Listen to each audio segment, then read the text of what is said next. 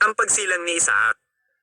Ang talatang ito ay makikita sa Genesis Kapitulo 21 hanggang 22. Ngayon, inalala ng Panginoon si Sarah ayon sa kanyang ipinangako. Nagbuntis si Sarah at nanganak ng lalaki kahit matanda na si Abraham. Isinilang ang sanggol sa panahon na sinabi noon ng Diyos. Pinangalanan ni Abraham ang sanggol na Isaac. Nang 8 araw na ang sanggol, tinuli siya ni Abraham ayon sa iniutos sa kanya ng Diyos. Nang ipinanganak si Isaac, 100 taong gulang na si Abraham.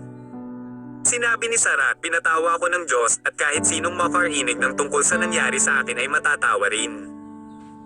Sino kaya ang makapagsasabi kay Abraham na makakapagpasuso pa ako ng sanggol? Pero nagkaanak pa ako kahit matanda na siya. Lumaki si Isaac.